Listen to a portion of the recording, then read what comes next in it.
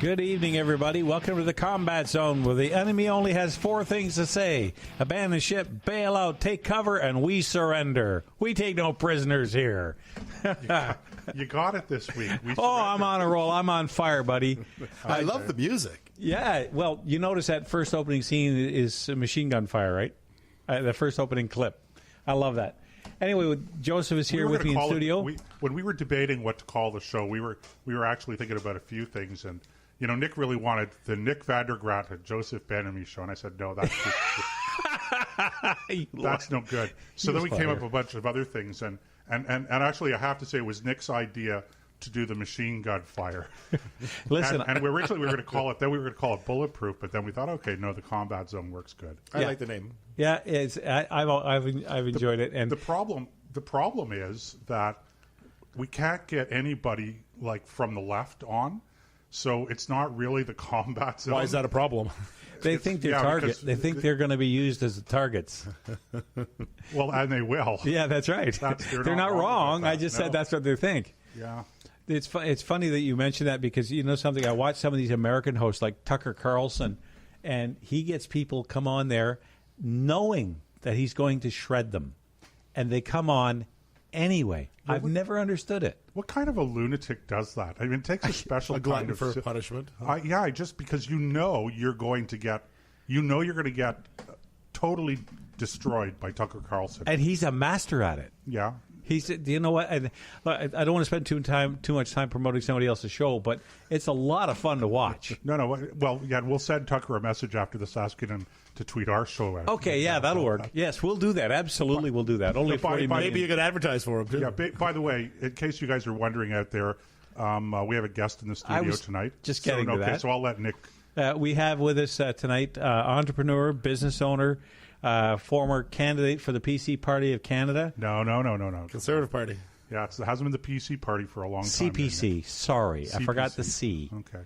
Anyway, if I have a sip of my beer while you introduce me, you go right ahead. It's not beer; it's apple cider. This is not an alcohol-free zone. It's not beer. No, it's apple cider. You've had 4 of them, and you don't know it's not beer yet. Anyway, Walter Pamic is here with us. All-around great guy, and we've got a bunch of stuff that we're going to talk about. But let's first of all, when Walter came in, he walked through the front door into Bunker B, and he said, "Man, it's nice in here." It was a hot one today. It was beautiful outside today. I love the heat. You know that? Let the temperature continue to rise. I love heat. 72 degrees. That's where I like it. You've got to move to San Francisco. Too many lefties over there. Yeah, well, there'd be one less if you were there, Nick. Yeah, well, that's true, because I might drive 10 or 12 of them out. Who knows? Did you know there's a waiting list? At least the neighborhood. Yeah.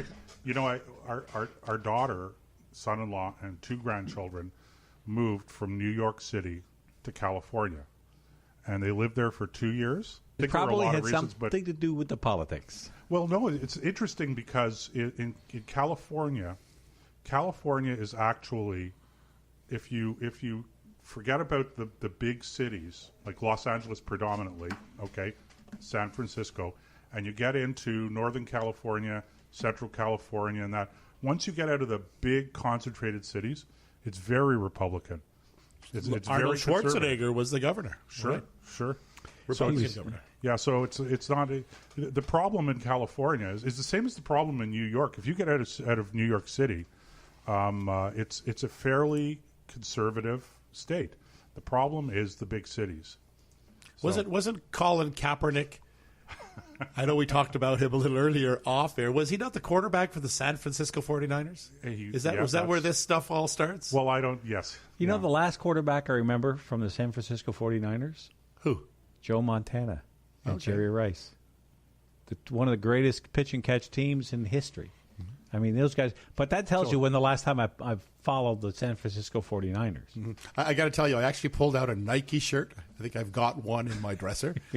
And I had a pair of scissors, and I was going to bring them over. I thought this was going to be a camera here, and I was going to cut the emblem off in protest of this advertising campaign. You have to explain that, because there are going to be people that are listening. See, I only know about this because on the way over here, I was listening to the team. What is it? 1200 AM 1200 here. Yeah. and which is a sports talk show, or radio station here in Ottawa. And they were talking about this. So, but you have to explain, because there are people that are going to be listening that have no idea what you're talking about, Walter. So very briefly, Colin Kaepernick, quarterback, San Francisco 49ers, who started taking a knee during the American national anthem in protest to what he said was police brutality and violence towards blacks. Yeah, and he was the start of that movement, right? He was the first guy originally. I think he was the first guy to actually take a knee, and then others started following, and hence, fast forward to today, Nike has made him the poster boy for their 30th anniversary. He's not playing in the NFL. No team will sign him whatsoever. The NFL, on top of that, has been losing ratings like crazy. So not even the Toledo Mud Hens will take him? I don't think so. Maybe the Ottawa Red Blacks might. I'm not quite sure here. As long as he stands for our national anthem. Their revenues are down. Their sales of merchandise is down. They've got a problem because they failed to address Colin Kaepernick and I agree. He's got the right to protest. Don't get me wrong. He has the right. But the NFL has rules, and part of the rules are that they must stand for the national anthem. You would think. You would think. And this has pissed off veterans and patriots across the entire United States. As I mentioned, they love their football, but more than loving their football, they love their armed forces, their first responders, their men and women in blue. Guys like Colin Kaepernick, who has a God-given talent, or he developed a great talent, is already a multimillionaire.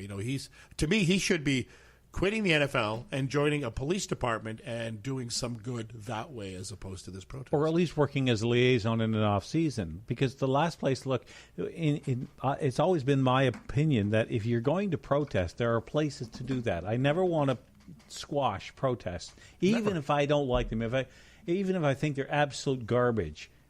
A healthy democracy, has to have some place where you can go and protest. We have Parliament Hill, we have Queen's Park, you've got the lawns, the different city halls, depending on the level of protesting that you're doing. So if he had done that, said, look, I'm going to wait till the off season, but I'm going to go and I'm going to protest, let's say because it's a national thing, at the White House.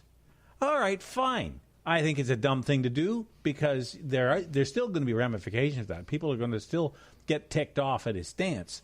But at least he's not doing it making hundreds of thousands of dollars a game. Because he makes, the kind of money these guys make to play 18 games a year is insane. Right, 16 games.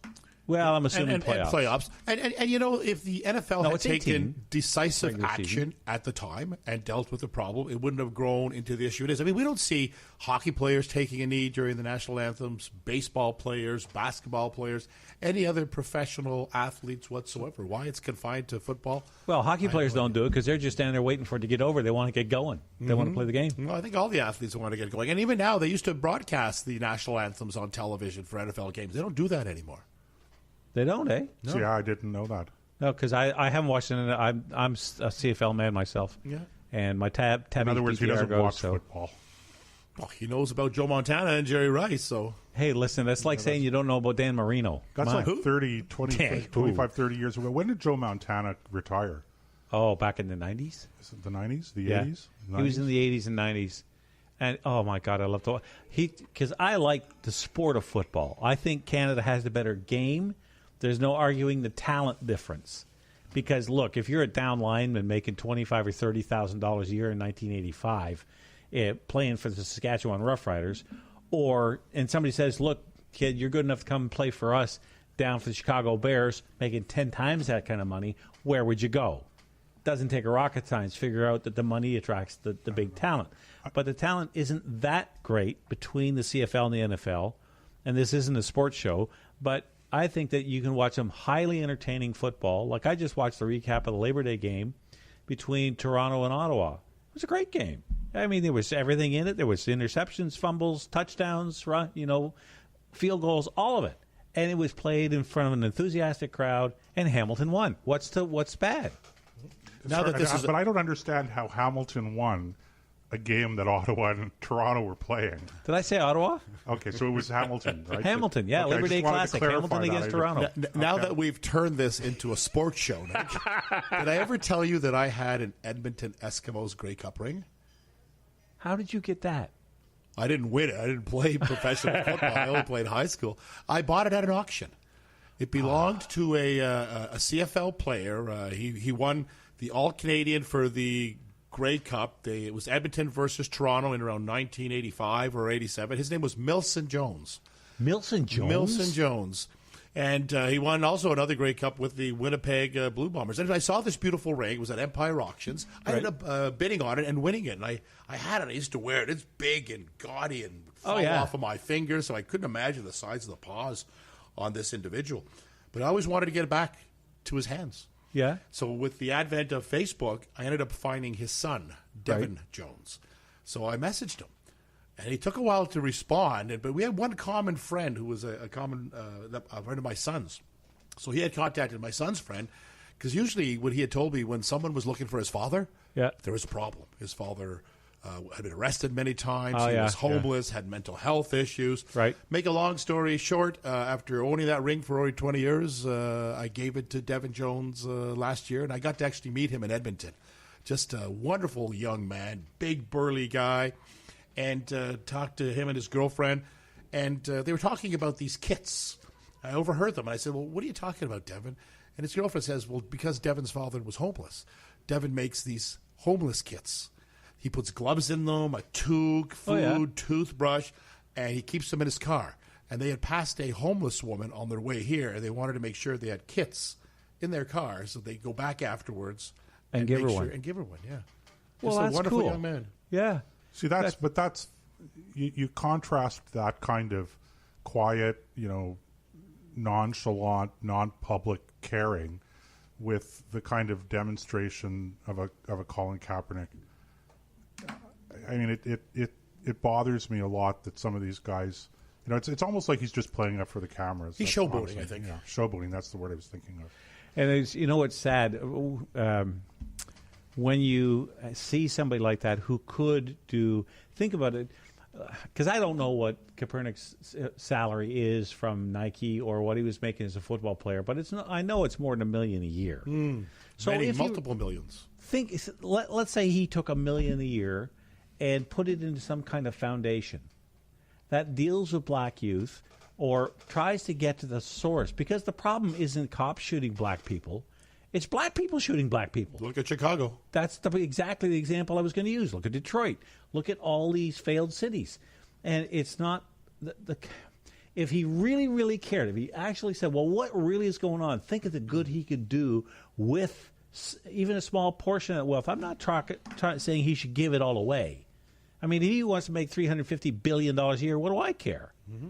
But if you're going to do that, there's an old saying, to whom much is given, much is expected. Mm-hmm. And he could turn around and do a tremendous amount of good with that money. So at the very least he should do is shut his mouth. If he can't stand there quietly, then I just out of interest, I Googled on an American statistical site how many people were shot and killed by police in 2017. Do you know what that number is? I have no idea. It's just under 1,000. It's about 960 out of 315 million people? People out of 300 million people were shot by police. Out of that, almost half were whites. Yeah. And about 211, if my numbers serves me correct, were blacks, and about 180 were Hispanics. So there's a disproportionate amount, based on the size of the population, definitely. But more Hispanics per capita have been shot and killed. And there's not a word about any other it. racial group. No. It's probably a good time to say that if you want to call in, you can. We do have a phone number. Toll free anywhere in North America, 844-415-2115. That number again, 844-415-2115. And if you want to join in to chat, just click on the chat bubble in the player if you're listening online. And you probably have to register. Which Kieran's is okay. feeling lonely. He needs more people in there. Kieran is lonely. Yes. Is Kieran? Okay, I'm not. Kieran's in the chat room. No, I saw that. I could see some chats there. Yeah. Somebody by the name of Nick Vandergraat's in the chat room too. Yeah, imagine that. I thought there was only one of us. You have a twin? Oh twin. God, he must be one ugly cuss if he's my twin. What's the word? The word for that? Doppelganger. Doppelganger. That's Avatar? an actual word, right? It's a. Yeah, that's an actual word. It really is. It's an actual word. Yeah, just ask my my local professional Scrabble player, who kicked my butt last night at Scrabble. You can also chat on Facebook. I think Nick is monitoring the Facebook page. I should be. I don't know. I think I am. Yep. We're there trying it to is. look like we're professional outfit here. Yeah. Now, what we really need to do is get into some of the stuff that Walter came in to talk about, because we could talk sports all night, and while it's entertaining and fun, and there's some real social issues in there as well, like the whole idea of taking a knee. You could even talk about, is it time to phase out the national anthem at the beginning of sports events? Like, Sure. because we started that in World War II as a way of encouraging patriotism, but has it outlived its usefulness? Well, I know if you're outside of North America, they don't play the national anthem during domestic sports events. So if it's if you're in Germany and it's a soccer game and it's Munich versus Berlin, they won't play the national anthem. The only time they play the national anthems is they'll play both national anthems if there are teams from other countries playing one another. Yeah, that makes sense. Yeah, I don't know. I don't feel strongly about it one way or the other. I like the national anthem. The problem is that we're forsaking everything that we used to have. That's a part of our history. Yeah, when I posed the question, I wasn't saying that I thought it was a good thing to get rid of, because I'm like you. I understand that. I like tradition. I do think too. some traditions are great to maintain, and I don't mind the national anthem. And you know what? There's nothing. I think the city that does it the best is Vancouver. They have the lead singer. Or the lead singer. He's a very well-known singer in Ottawa, not in Ottawa, in Vancouver, and he sings. I'm having trouble sorting my cities apart. Take that apple cider away from me. I only had one. Anyway, the point is, he starts the national anthem. Don't brag. If You're not making this any easier. What's it going to be like after the second? That's my point, Walter. He's not making this any easier, is he? I'm not trying to make it easy. Anyway, he starts the crowd off by singing the first 2 or 3 lines, and then he holds the microphone up, and the crowd sings it. Love it. And to me, that's the thing about a national anthem. Everybody's supposed to participate. Okay. Roger Doucette. Is that who it is? No, that's not who it is. Okay, I'm just asking. But if you go Google, okay, and he was an opera singer in Montreal, and he used to do the national anthems before Montreal Canadiens games at the old Forum. Right. And boy, could he belt them out. It was you would go to the Forum not for the hockey game, but just to see Roger Doucette sing the national anthem. Now, you want to talk about somebody who could sing the national anthem, and it wasn't the national anthem, it was God Bless America, Kate Smith in Philadelphia. Right. You know what they do there? She's an icon. Oh, my good Lord. What I don't know if they're still doing this, but for a while after she passed, they were playing a recording on the big jumbotron. I remember that. Of her singing. They didn't do God that Bless for long, America. but just as a tribute to Kate Smith, what a talent that woman was. Anyway. Right. So, yes, I think it's a worthwhile tradition to continue, and because let's face it, there's so many assaults on the different things in. Well, let's just talk about Canada, on our culture. Everything from taking down statues of people who helped shape the country, from Lord Cornwallis on one coast to John A. Macdonald on the other, and at all points in between, you're seeing this assault on our history. While we dedicate a park in Winnipeg to the founder of Pakistan. Yes. Yeah. Tell me how much sense that makes. I don't know. Talk to Max Bernier, because that got him in a lot of trouble when he tweeted about that. Well, we should have got the person who thought it was a good idea in a lot of trouble. Because Pakistan is not exactly what you would call a free and open democracy that we should all celebrate. I mean, if you want to put up... Anyway, I could rant about that for hours. Are they not a democracy? I know it's hard to believe, but Pakistan, to the best of my knowledge, is not a democracy. Well, it is nominally. It's a parliamentary democracy. Yes. Yeah, absolutely. Uh-huh. Their lawyers, unlike here, their lawyers still wear robes, and I believe they still wear wigs. And they still wear beards. Well, so no. It's Pakistan's an interesting country because there is quite a split between the sort of the secularist, more British tradition and everybody else. Yeah, it's become quite Islamist, but it's not 100%, and there is that constant tension. It's like Iran. You take away the government in Iran. Iran is a very secular, westernized society.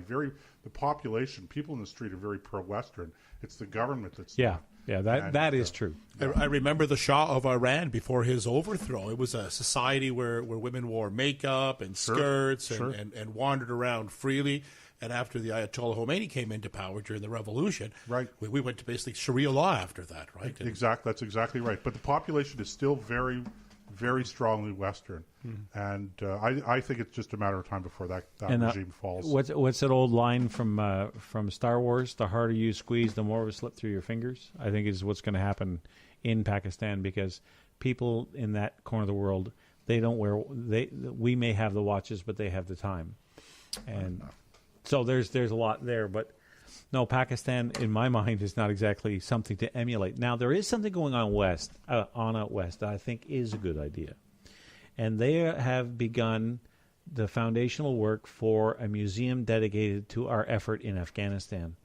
And they've even got an LAV that they're going to mount on permanent display. Which is a lightly armored vehicle. A lightly armored vehicle. Right. It was the backbone of the Canadian military's efforts in Afghanistan, and was it's very highly regarded by armies all over the world because of its punch and what it can do. So it's a Canadian piece of kit. It's something we should all be very proud of. But anyway, the Taliban were absolutely terrified of this thing because it would punch right through those walls. They would hide behind, and it could hurt you in ways that they didn't think had been invented. Can you imagine that coming at you with our great Canadian troops in it also? That's what they were scared of. And there's plenty of stories to back that up. We're not being over the top or just homeboys. That's the truth. Mm-hmm. When those guys went in with those things, the Taliban knew they were in trouble. And that's why a company or a platoon of about 30 men would sometimes be attacked by up to 200 Taliban, because that's the only way they felt they stood a chance, was they would throw that much resources at one small platoon of Canadians with a couple of LAVs. It just was remarkable. Anyway, so they're in the beginning process of doing that, and I'm going to be looking into a little more of that this week to see where they're at, because it sounds like they're going to have to raise some money and do things. But to me, those are always the best kind of museums to go to, not because it's military, but because the public is behind it and the public funds it from their own pockets. I don't know that this is going to receive any government funding. But also military museums are wonderful to go and visit. I love them. Oh, man. Our war museum down here is I only have one complaint about our war museum, because I love it. I've been in it dozens of times. It's more of an Army museum than it is three services. And I get it. Said by a Navy guy, right? Well, and I was just going to say, and I get it. I have a bias towards, about the Navy. But you can't exactly bring a destroyer and drop it in the river behind it. You could. It is physically possible. Like the Haida down in Hamilton, they could cut that into about 4 sections, put it on rail cars, bring it up, weld it together, back together, drop it in the river, and have it there on permanent display. They could have done it with one of our submarines, okay, with the old O-class boats that we used to have, but in the that we took out of service in the 1980s as a Cold War relic. But it's hard to put the Navy into a museum because it's battlefield. There are no markers. There are no, there's no place, no hill that they died on. It's a vast open ocean. Have you been? I think it's called the Intrepid in New York City. The aircraft. I carrier. know. Yeah, I was just there about 6 months ago. Gorgeous.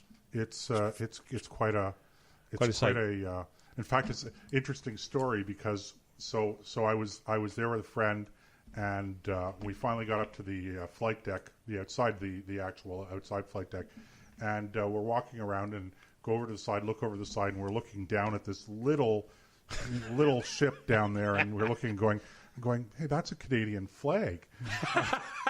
and then I'm looking at the number, and then I go, oh, I know what that is. It turned out it was HMCS Montreal. Oh yeah, yeah. So the Montreal was in on a port. Yeah, it looks little from up there. Oh yeah, it was just this little. It was beside it's the Growler, the submarine, the nuclear-powered submarine that's there as well. Yeah. It was small compared to the Growler. Yeah, well. And I love they've got I think it's called the SR-71 Blackbird on the deck that also, right? Is an amazing airplane. Right. And the original Enterprise space shuttle, the prototype, never actually got into orbit. But the original Enterprise They did space all shuttle is there. the pre-use testing strapped to the back of a 707. Was it not the SR-71 that was shot down No. over Russia, over Cuba? What was the supply? Was it That was a U-2, right? That was It was the a U-2, the yeah. Gary Powell. If you want to watch a good, excellent movie about that, watch Bridge of Spies with Tom Hanks and I can't think of the guy who played the Russian spy, but just and it was all about Gary Powell being shot down and the spy being caught roughly about the same time, and how Tom Hanks' character arranged the release and the transfer of these two guys back to their Bridge original of Spies. I've heard Bridge of of that. Spies, a brilliant movie, I saw Charlie Wilson's War a couple of which is also weeks ago. very, very good. But there are no Canadians in it. No, No, they just talk about, I know that's anti-aircraft missiles. yeah, and there's it's Send hard us to get anti-aircraft Hollywood. missiles and we'll defeat the Russians. Of course, there wouldn't be Canadians in it because now I'm thinking about it, this was pre-Afghanistan, which was against the You're this is thinking the a Taliban movie against about the Russians, you're thinking right. about the Iranian situation, the hostage situation. No, the movie I'm they thinking made about that. it was the Taliban versus the Russians. It was after the Russian Oh, invasion. with the Mujahideen. Right, Okay. Mujahideen, yeah. Yeah, but okay. Anyway, we're still not getting on to that list that we were after. What are we going to talk about? We've got a couple minutes, so let's kick this off. I wanted to ask you one of the reasons I wanted you to come in tonight, Walter, was to talk about the College of Trades and the impact that's having on the trades. Because as I'm working in the construction industry now as well, I hear it all the time. The guys are saying the shops are empty. There's nobody, like drywallers especially. There's you just can't get any. So is this something that the College of... Maybe before I even ask that question, we should define what the College of Trades is. Well, it's a regulatory body like the College of Physicians, the College of Teachers. It was put in place in around 2010, and I was Here in Ontario, right? Here in Ontario, it's the Ontario College of Trades, or OCOT as we refer to it. I happen to sit on the board of governors. I was appointed by the Liberal government, the provincial Liberal government, just last year to sit on the board. It's a regulatory body that oversees all basically 156 trades that are out there. And there are two types of trades in Ontario. There are the compulsory trades, where you must have a license to perform work or be a registered apprentice, or a voluntary trade. When you speak of drywallers, that's a voluntary trade. There's no real regulations that apply to it, and it's tough to get young people involved in many of the trades. And part of our goal is to promote the trades, to get more kids into it, to get more people, more women, more disadvantaged people into the trades. So the fact that you're having an issue in the drywall sector is a difficult one, and I sympathize because I've been in the construction industry my whole life. My father was a carpenter and had a forming company, so we used to do footings, foundations, Right. concrete walls all summer long. I never had to worry about a part-time job from the time I was 12 years old and onwards. But yet today's high schools are not telling kids, be a drywaller, be a No, carpenter. it's all university. It's all geared, and I hope that changes. But we have a lot of barriers within the construction industry also. And I'm a licensed electrician also. I have an electrical contracting business, as you know, Nick. And we have to deal with what are known as ratios in our workplace. And basically, in the electrical trade, I'm allowed one apprentice for every 3 licensed electricians I employ. So if I have 60 electricians, I can have basically 20 or 21 apprentices. I thought it was the other way around. No, it's the exact opposite. Guys, we're just coming up to the bottom of the hour. Let's hold it there for a couple of minutes, take a bit of a break. So we're gonna get up, stretch your legs, do whatever you want to do for 2 minutes, and we'll be right back.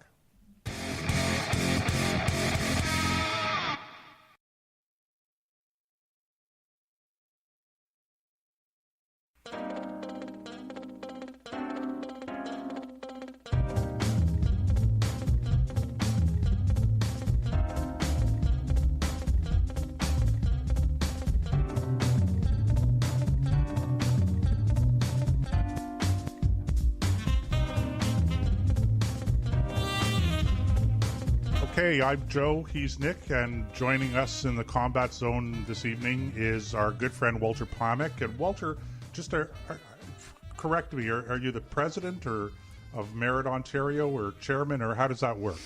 I was the chairman of the board for Merit Ontario for the past 4 years. I basically just passed the gavel over to a new chairman, Ian Kowalczyk. Okay. So I spent four years with Merit as their chair, advocating on behalf of open shop contractors. Right. And to define open shop, we are companies that are not represented by a union. Our employees choose to be union free. Right. Okay, so at Merit is part of a national organization as well. Merit Ontario is Merit is a part of the Merit Canada group. We have Merit associations right across the country. We have about 4,600 companies from coast to coast, representing about 85,000 employees. right, but not anti-union. Right? No, not at all. Not at all. No, not at all. We have many members who are actual. We have some who are union members. They may be wrong to CLAC or to other unions also. Okay. So Now, you were explaining. Oh, sorry, Nick. Go ahead. Okay, well, just so to get back to this College of Trades, and we were talking just at the bottom of the hour about how many. Explain the ratios, I guess, is where I'm going with this. Certainly. So in the compulsory trades, and there's about 21 or 23 compulsory trades. I can't remember at this time. And compulsory trade is one where you need a license to perform work or must be a registered apprentice. So plumbers, that's a compulsory trade.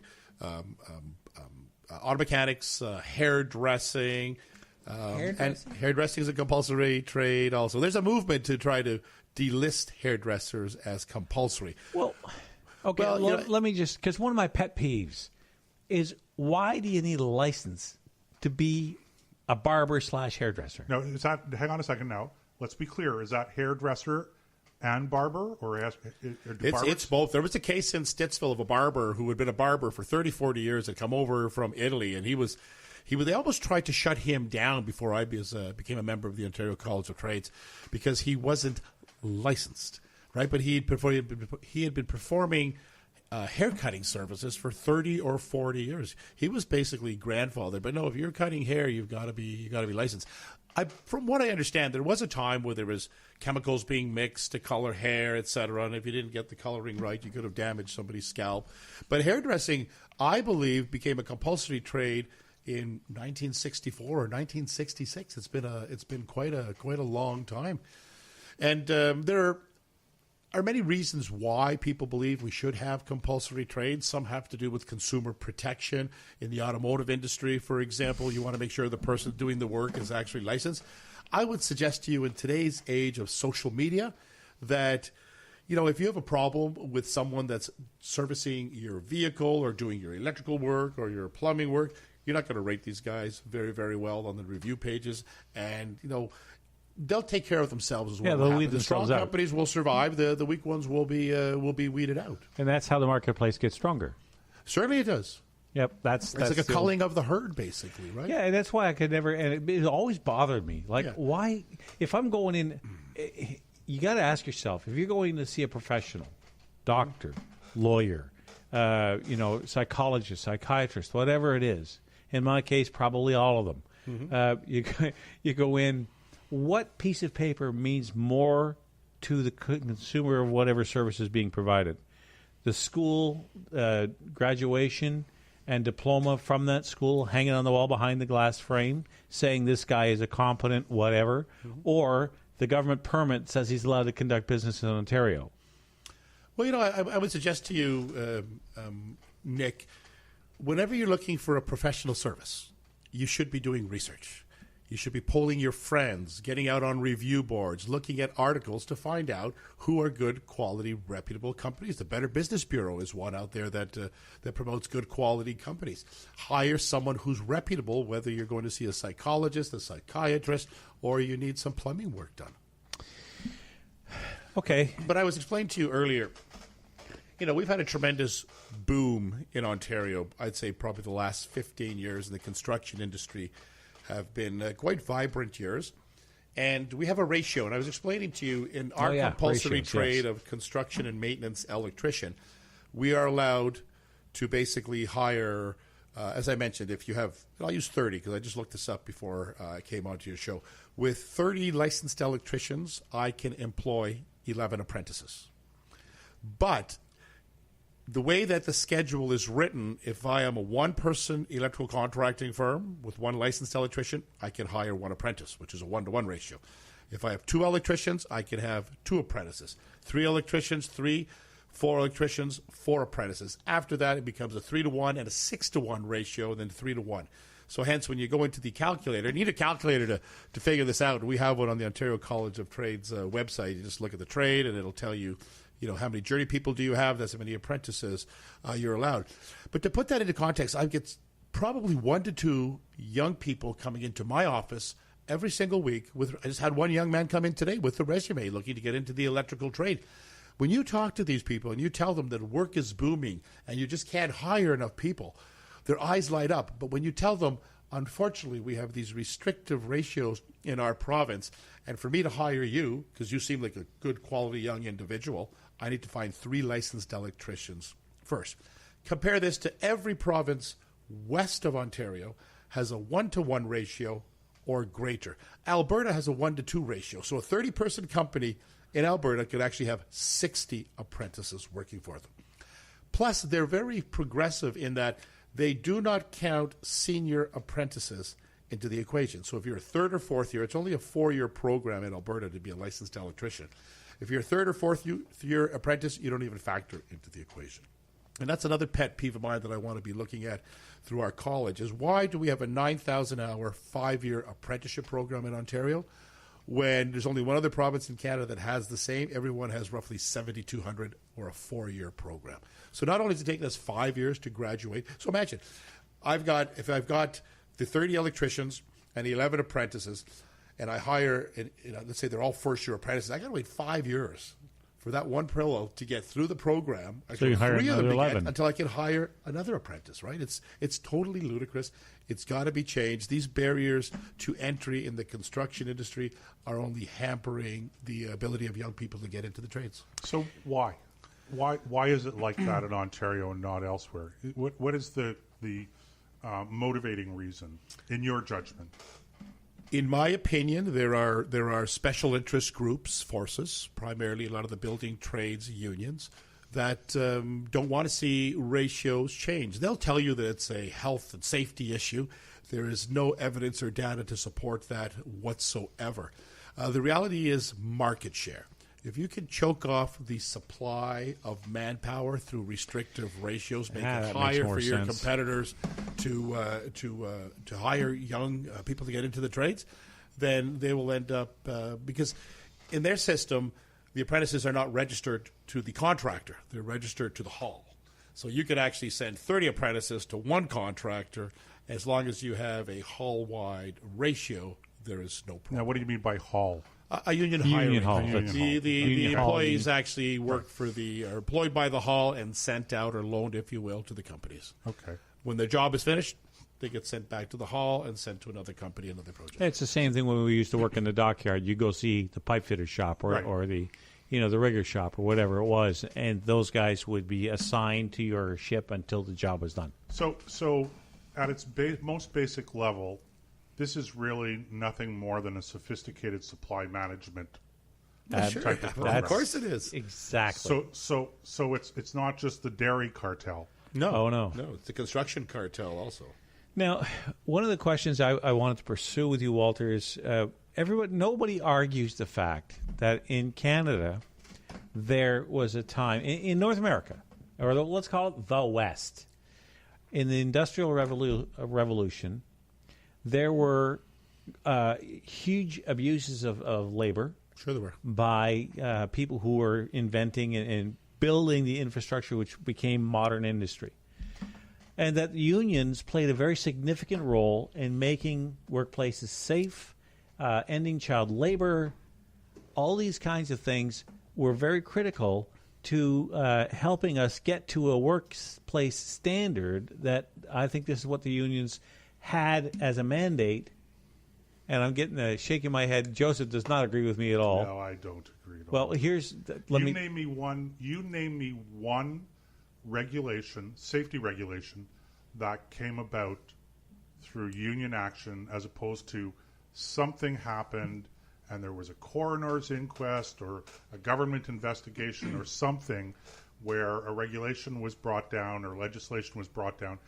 These things, none of the safety stuff that people talk about originate with unions. I'm not saying this to be anti-union, but it's you know, historical accuracy. As long as we're going to talk about safety and that, it's not union action that changed a lot of this stuff. Okay, when in the garment industry in New York, when they had a fire, and there were a couple of these instances where there might be 50 or 60 workers that were killed in a fire. Okay, there wasn't a union that stepped in and said we have to go on strike until the government steps in and creates some sort of regulation, creating safety standards, etc. in the garment industry. It's a myth. So I just wanted to get that off my chest. I feel better now. It's a very, very good point. I believe there was a time when there was a great relevance for unions. I think we've got great legislation in place right now, great regulations, great safety standards, and I still think that there is a role to play. I was a member of the IBW Local 586 here in Ottawa for about 13 years. I can't say that I personally derived any benefits of being a member. I was a forced member. I was forced to pay dues. I couldn't work for the company that I wanted to be hired by. And in fact, in order to be hired, I've got friends of mine who are union contractors, great guys, great companies, who want to bring their sons into their business. They want to start them off as apprentices. And if they've got a great relationship with the business manager, they can get their offspring in relatively easy. But many of these contractors butt heads with these business managers. They're not happy with the quality of the workmanship that's being done by the employees. They're not happy with their productivity. They send them back. They get into all sorts of grievance issues. Well, now if that individual wants to start his son or daughter into the trade, they must be a member of the union to work for the company.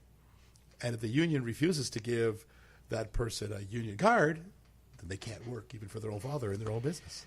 That's what happens. Does this actually happen? Yeah, it happens. It happens all the time. Yeah. One of the first encounters, like I grew up on a farm, and our attitude was we don't care whose job it is. We have a job to do, and we're going to work till it's done. That was the ethic that I was raised with. Mm-hmm. So when I joined the Navy, that's also the same ethic, because you don't have time. When you're 1,500 miles away from the nearest piece of dry land, there is no place for, well, that's not my job. Mm-hmm. Because the chief looks at you and says, Vandergraat, get your butt over there and get that done. You just snap to, say, yes, chief, and you go do it. Mm-hmm. When we were alongside once, we were getting ready to go to sea. We had a month to get ready. And I'm going to make this long story really short, because to tell this properly, I probably need about 45 minutes. But we had two huge pumps that you couldn't get your arms around. Each one weighed at least 3,000 pounds, just the windings, never mind the impeller and all that stuff. And they were, who cares what they were for, but they were these large pumps, one in the boiler room, one in the engine room. So I was tasked to be the liaison between the yard and the ship's company and the engineering department. So I was told, okay, the guy's going to be here this morning. I said, great, I'll have the electrician ready. As soon as he gets here, we'll tag the circuit, make sure that it's shut off, do all our safety stuff to make sure nobody gets fried, because they were taking huge amounts of power to run these motors. So the guy shows up with his clipboard. I said, okay, I'll get the electrician. He says, oh, no, I don't need the electrician. I said, we got to tag the circuits off before you started doing anything. He says, no, you don't understand. I'm here just to figure out what shops are involved. I said, I can tell you that. He said, no. And he went down below, spent 2 hours walking from space to space, ticking off little boxes. 2 weeks later, 2 weeks, the first team showed up. It took them 3.5 weeks to change the easier of the two pumps. We're going to see the following Friday morning, or the following Monday morning. It's a Friday afternoon. The chief calls 3 or 4 of us together and says, fellas, we're going to see on Monday morning, and we will not be held up because the dockyard union couldn't get their act together and get both pumps changed in the 4 weeks allotted.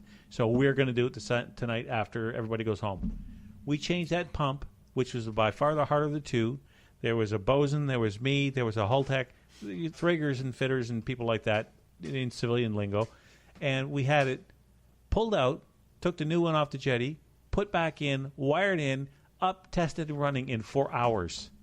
Because we didn't worry about whose job it was. And if I have one pet peeve about unions, and I know why they do it, but that's not my job. I'm sorry, there's a job to do. Go and do it. That kind of thing will get you hurt real bad in the union if it's the wrong characters who hear you say that. Well, we see these jurisdictionals battle all the time, and specifically we refer to them as scopes of practice, where work is defined. If you're an electrician, you lay conduit, you pull wires through that conduit, you terminate equipment. But there's many other trades that do very similar work. If you're drilling anchors for pipe supports into a concrete ceiling, well, plumbers do the exact same type of work for their conduits as we do. There are great handy people, who do that type of work all the time. I can remember many moons ago, we were just strapped and couldn't find people to do work. So we had these people who were ceiling installers installing cable tray for us. They had laser levels out. They had the rod cut exactly, the nuts, 3 threads up. The most beautiful job I've ever seen. Right. Better than any, I believe, electrician could have probably done in the same amount of time. But you get into these jurisdictional issues, especially on sites that are heavily unionized. In our industry, the electrical trade, it's not uncommon for us to have to mount equipment on walls. Right. Usually we put plywood backing on the walls. That's right. Many times we paint it with a fire retardant paint and then install our equipment. Well, on a unionized site, I can remember this as a young apprentice. I went to grab a skill saw and cut a piece of plywood. Well, Walter, stop. That's the carpenter. That's carpenter's work. You can't touch that. The carpenter has to do that. Go find a carpenter to do that. Get the carpenter to bill you an hour. It takes hours just to do it. Then you want to slap the fire retardant paint? No. That's a painter's scope of work. A painter must do that. So that's the problem we get into when we try to define work. Is that you have these overlaps that occur in every trade. And I believe that scopes of practice should be loosened so that you can do more as opposed to doing less. Would the electrical trade lose some work? Possibly, but I think they would gain it in other areas too. So personally, I'm not worried. I don't believe in protectionism. I think it does nothing but hurt us at the very end. Well, it's funny because with the guys that I work with on a daily basis, some of them are unionized, some of them are not. And all of them, the ones that I run in the circles that I move in, the example I used is an extreme one. You don't see that for 2 reasons. For one thing, it's not a government job. We don't do government work. And the other thing is these guys, they all want to get paid. They want to get on to the next job like everybody else. So there's a little more give and take in that particular scenario. But when you go to a government agency like the military, these guys, they punch the clock. They come in, they do the bare minimum, and then they go home. And it's because you've got one government agency, a union working for a government shop, working on a government project. So you really take away any incentive. Now, this same set of shops, by the way, took 2 40-year-old warships and got them ready to go to the Persian Gulf in 1989 or 1990 for the first half of the Persian Gulf War in 2 weeks. Completely overhauled them, refitted them, put new weapon systems on them in 2 weeks. They couldn't change 2 pumps in a month.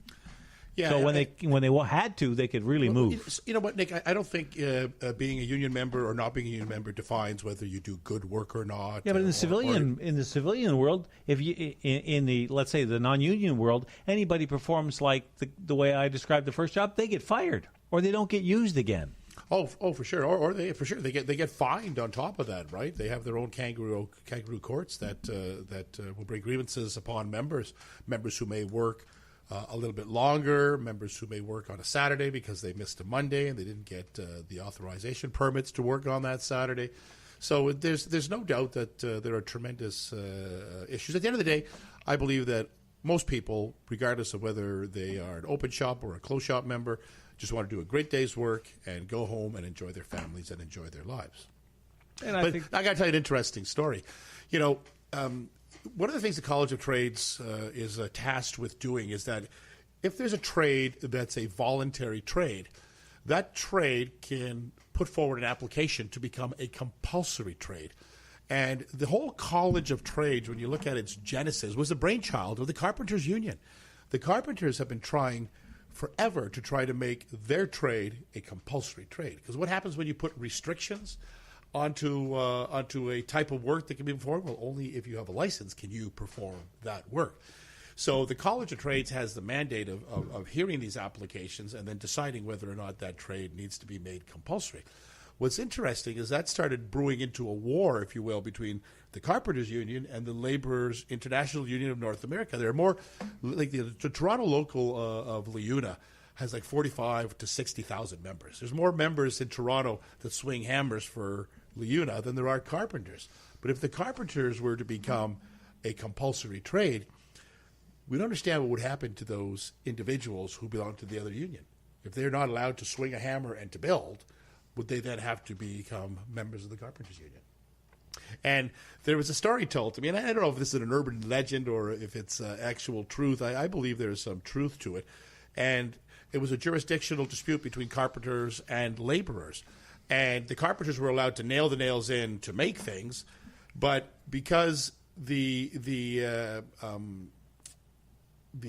laborers were not allowed to, is that the carpenters were given hammers with claws so they could remove nails.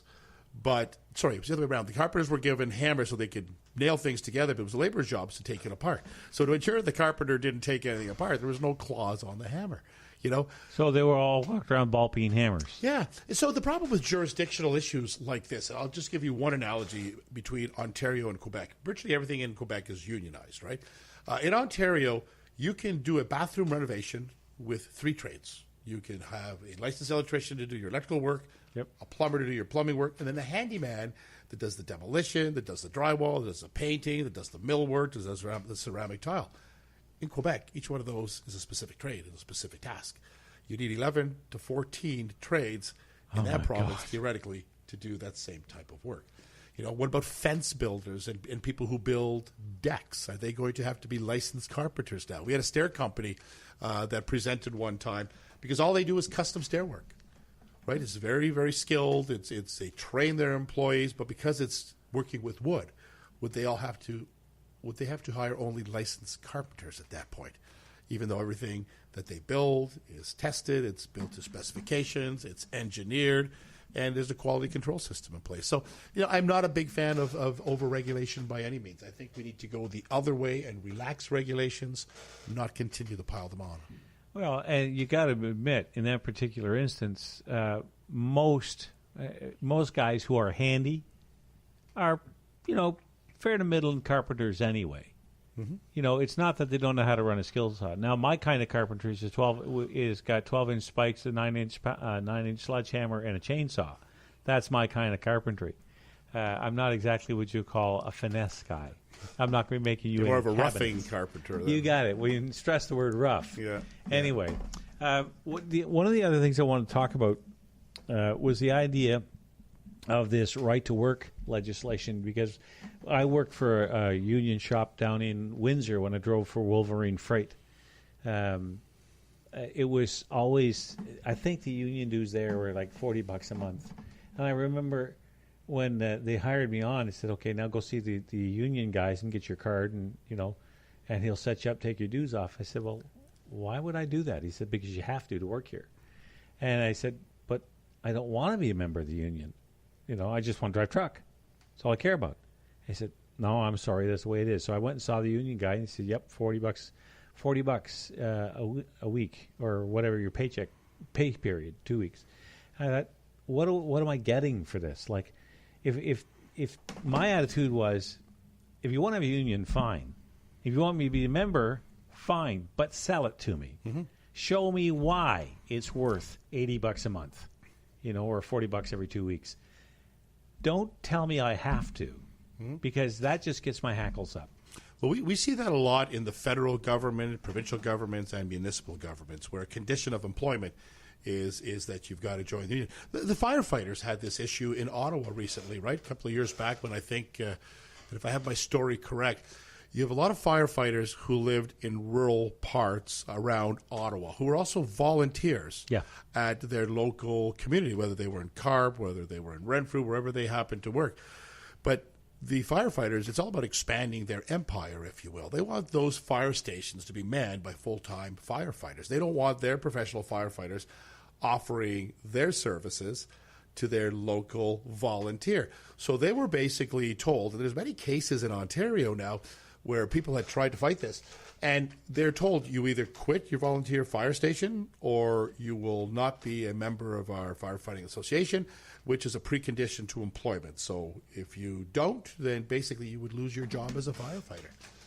So a little town... Is that heavy-handed or what? So a little town like the one I live in, with 700 full-time residents, has a small volunteer fire department. Okay, 1 or 2 trucks, handful of guys that come from every corner of the township whenever there's a fire. And like everybody else, we get them. We have house fires, we have different barn fires, so on. So it's obviously something that's necessary. But you're telling me that they would have to, under this plan, they would have... This exists. Hey, did you know that 70% of firefighters in Ontario are volunteers, basically? Yeah, that doesn't surprise me at all. It's very, very large. It's very similar to the unionization levels in construction. Just under 30% of all construction in Ontario is done by unionized employees. The other 70+% is done by open shop contractors. But in the federal government, those numbers are reversed. About 70% plus of government employees are unionized because, again, they're forced to belong to PSAC or any of the other public sector unions. What would happen if they did what Minnesota did, if they would see the same results where they said you don't have in Wisconsin, when they brought in right-to-work legislation, the governor's name was Walker, over half of the members chose to leave because they didn't see any benefit. I'm actually... they had to... They changed the rules to require recertification annually. And when they did that, people wouldn't sign on. There was no need. They didn't see the reason. Well, there needs to be a benefit, and I'm not saying that there isn't a benefit, but I would also suggest that employees should have the right to choose any union that they would want to. So if you wanted to be a carpenter, and you want to be a unionized carpenter, well, why couldn't you go to LiUNA and have them represent you because you believe that they're the best to do so, or go to the IBEW or any other union? Okay, we're gonna call it time out here for a few minutes. So take a break, and we'll be back on the other side of the music.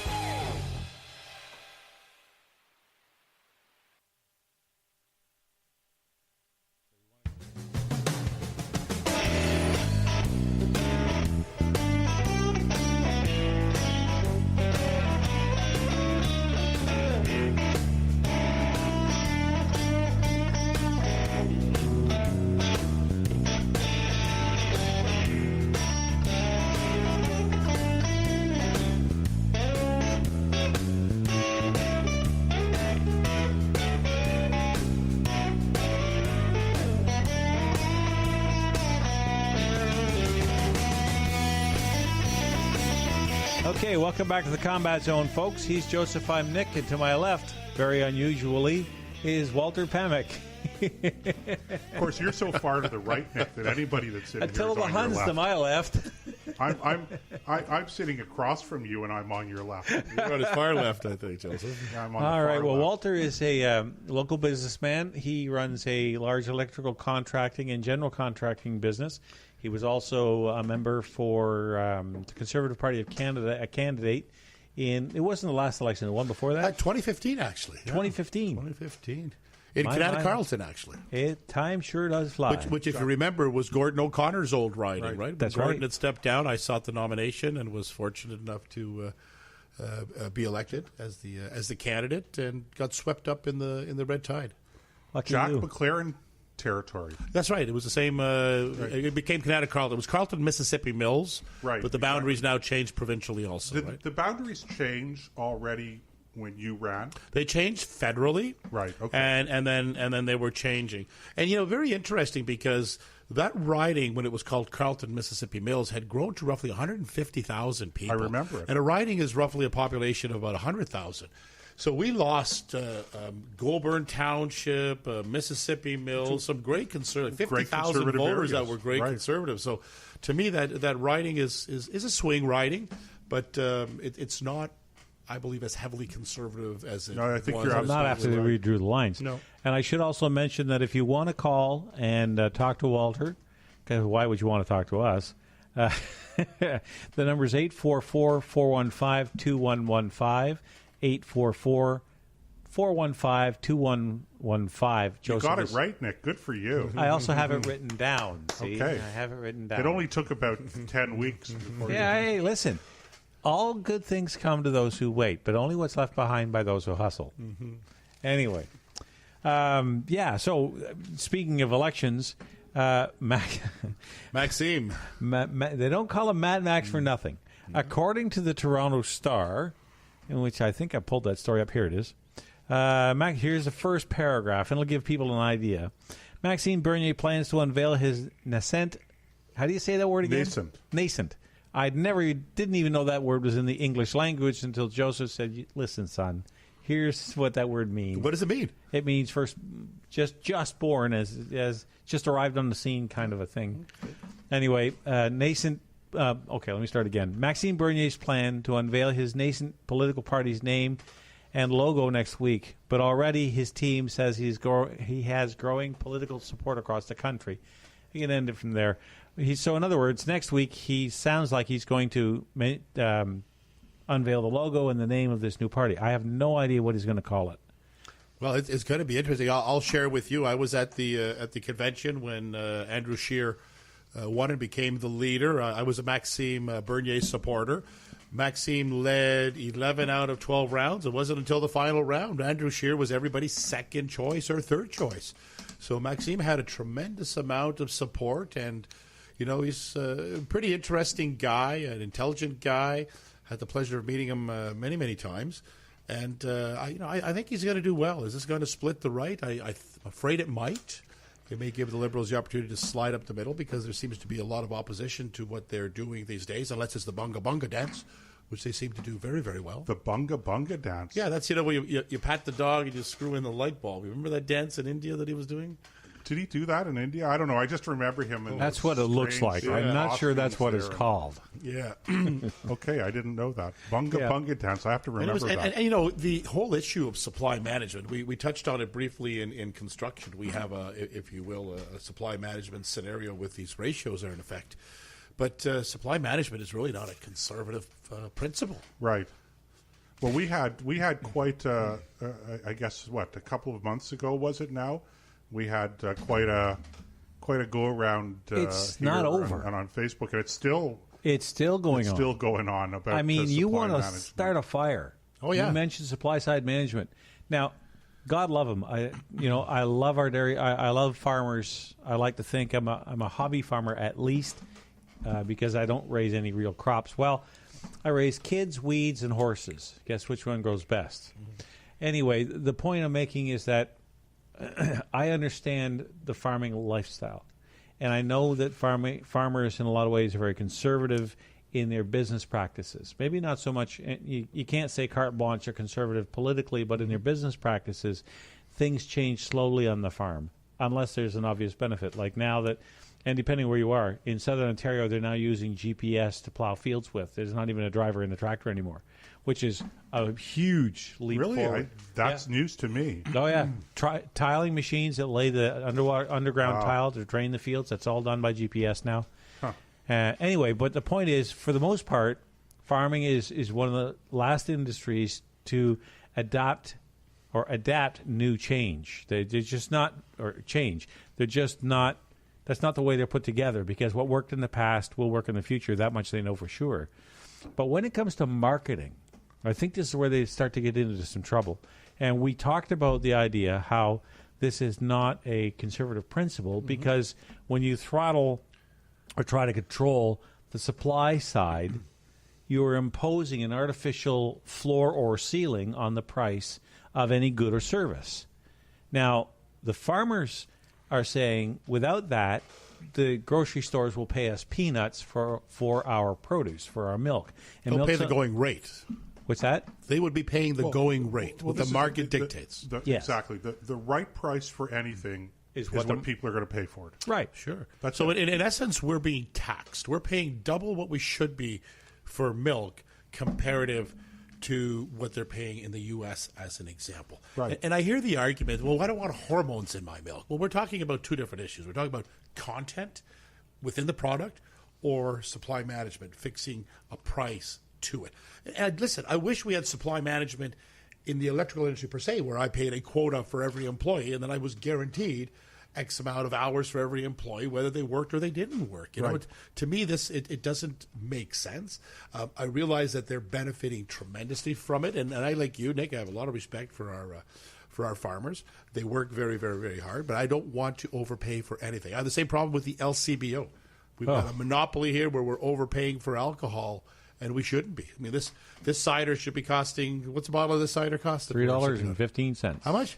I think that one's $3.15. I think it would probably be $1.50 if it wasn't for, or maybe even $1 a beer. You want to talk about start a fire? When Doug Ford came out and said you can sell beer for as low as $1, people went ballistic. Like, wait a minute. He didn't say you had to sell it at $1. He said you could if you wanted to. I didn't even realize at that time that it was the provincial government that set the basement pricing on beer. And all he did was bring it down. Yeah, he could have eliminated it altogether if he wanted to, and so you can sell it for nothing, give it away for 10 cents if you want. First of all, and the microbreweries are going, oh, blah blah blah, and they all hit the roof. But what I don't understand is if you can offer, and let's face it, when you buy a can of beer at $1, what kind of beer are you buying?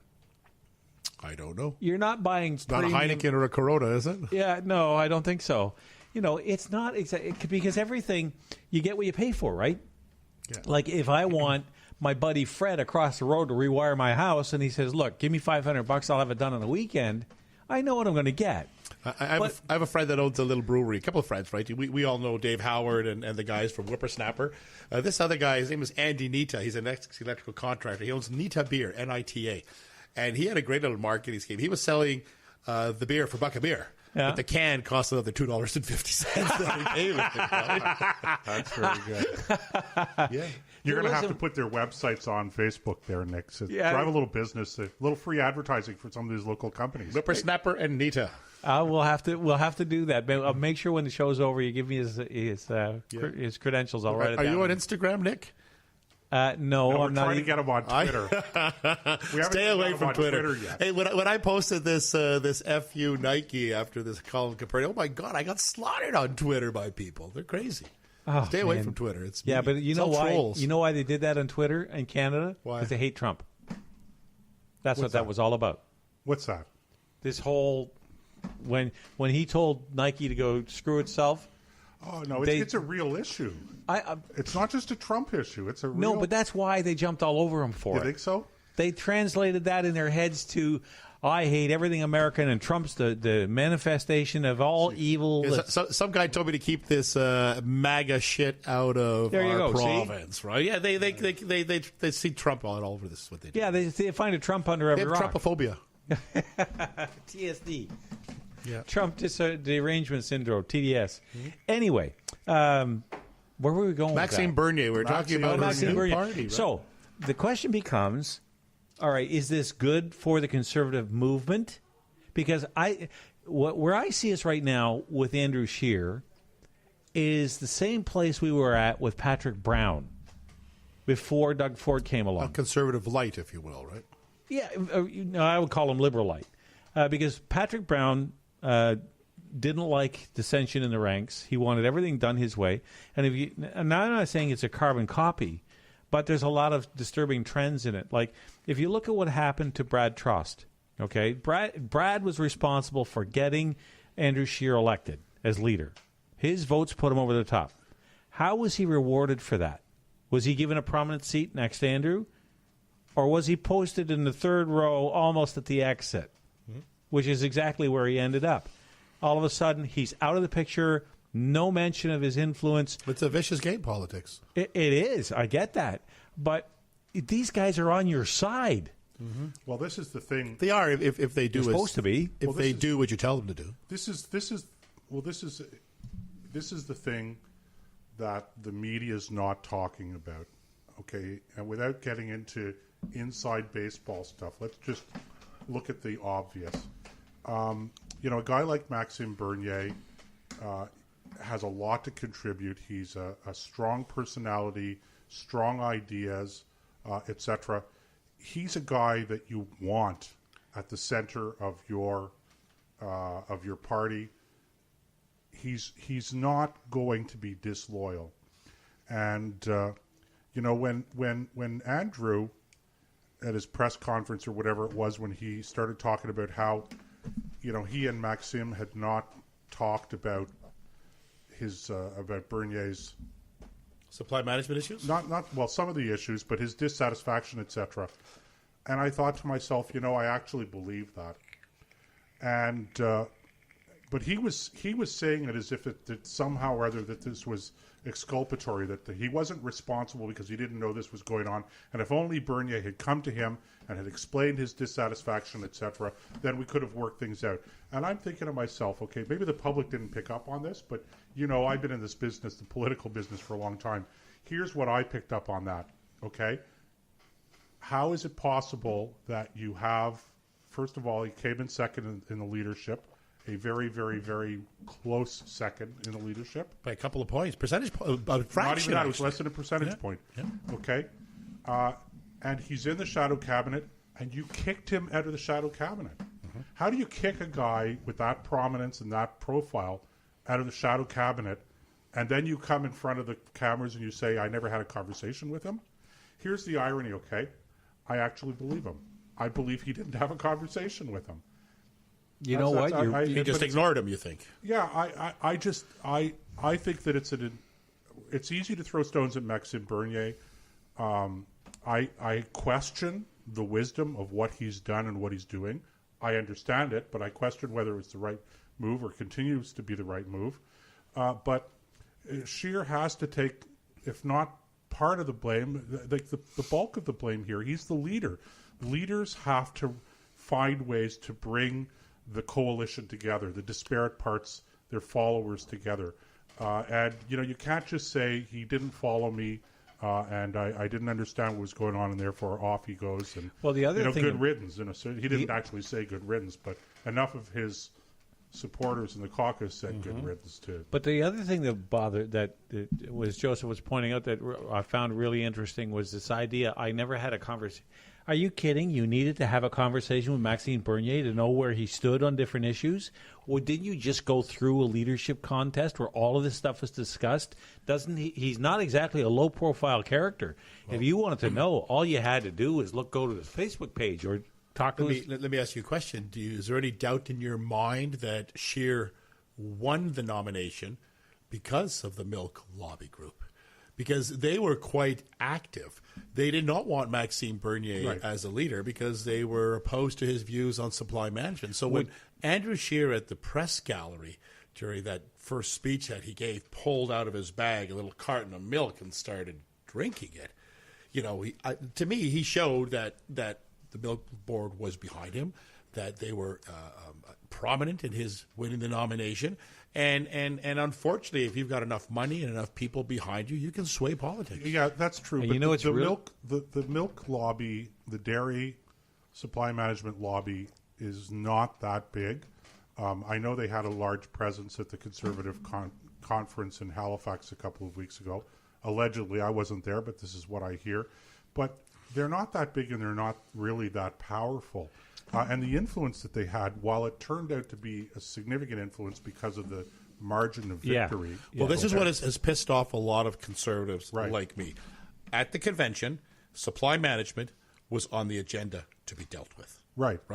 And it wasn't dealt with. Right. This is what I hear. I understand that. So they're prominent in getting Scheer elected, and then this question on supply management gets eliminated. It just looks horrible optically. Right. And it's got me upset as a conservative. Look, and Walter, this has happened with the Conservative conferences from time to time in the past as well. I completely get that. I guess what I would say is if I was going to make a criticism I would say, with respect to Andrew Scheer and the Scheer team, is that I have not seen since May 17th or whatever, May 27th, 2017, I have not seen much magnanimity on their side. And for Andrew to do like this, a stunt of, drinking from a milk carton and that's it's rubbing salt into the wounds. Exactly. And not just Maxime Bernier, but Maxime Bernier followers. 49-point-some%. It's pointless. It's bad leadership. Cheers. You know what's ironic? First of all, when you talk about supply management, do you guys know how much market share the Americans presently have in the Canadian market? Which, the dairy market? Under 10%? In the dairy market. I don't Nope. No? 3.5. 3.5. You know how much they're asking for? 10. So we're talking about an increase of 6.5%, and that's causing the sky to fall. But I don't care. I don't care what the American share is or not. Well, the other Because point I was going to make. they're talking. I just want to say this, Nick. Okay, this is coming out now with the NAFTA negotiations and all of the talk about supply management and as a means of keeping the Americans out and protecting the market. That's not supply management in the dairy industry has zero to do with keeping market share here in Canada. Okay, that's an ex post facto justification. Okay, it's all about keeping the prices high. And that's not directed to the Americans, toward the Americans. That's directed towards Canadian consumers. Correct. Because Americans are not paying high dairy prices for Canadian milk. Well, the other ironic thing is, according to another news story I was reading today, and I can't remember where I read it, but it's in my pile of stuff here somewhere, that now Trudeau is saying maybe supply management in the dairy industry is the bargaining chip he needs to get an NAFTA deal. No, I think there's no doubt that we're going to see some movement on the Yeah, but the point I'm making is, on one hand, everybody's pillorying Maxime Bernier for even talking about supply management, never mind getting rid of it, okay? And what's ironic is, by the time all that dust is settled, they may already have that taken care of by NAFTA under Trudeau. But again, this is such an important point for people to understand, okay? Because it's getting caught up. The dairy issue is getting caught up in the NAFTA negotiations now in the public's eye. It's really important to understand that supply management in dairy and in poultry. That's the only two places. It's not. It has nothing to do with protecting the Canadian share of the market and everything to do with propping prices up. And there isn't a single American who pays high milk prices because we have, in Canada, a supply management system in dairy. It's all Canadian consumers. It's families with young children who are the ones that ought to be outraged. Outraged and who need the most help if you're going to help people. They're paying way above market value for their milk and for their dairy products, and it has nothing to do with whether the Americans have access to our market or not. Nothing whatsoever. And the same is true with cell phones, as an example. Sure. I would love to see more competition. Without the big five players that we have here, Shaw, TELUS, Rogers, Bell, and Virgin. Yeah. Well, you know what? It'd be great to see. When I talk to my American friends who are paying $40 a month for their cell phone bills with unlimited data, and we're paying $100, $120. You go over your data usage, you get dinged really, really badly. Right. We need relief in that market also. Sure. There's no question, and I agree with you. There's certainly the best cure to most economic ails, all the economic ails, is more competition. This is staying with the agricultural theme for a moment. One of the problems we have in Canada is not enough slaughterhouse capacity for the number of animals that we have. We actually have a de facto supply side management in the meat industry as well, in the beef industry, because you've got, I think there's 300 or 400 slaughterhouses in Canada, but we have literally millions of head of cattle.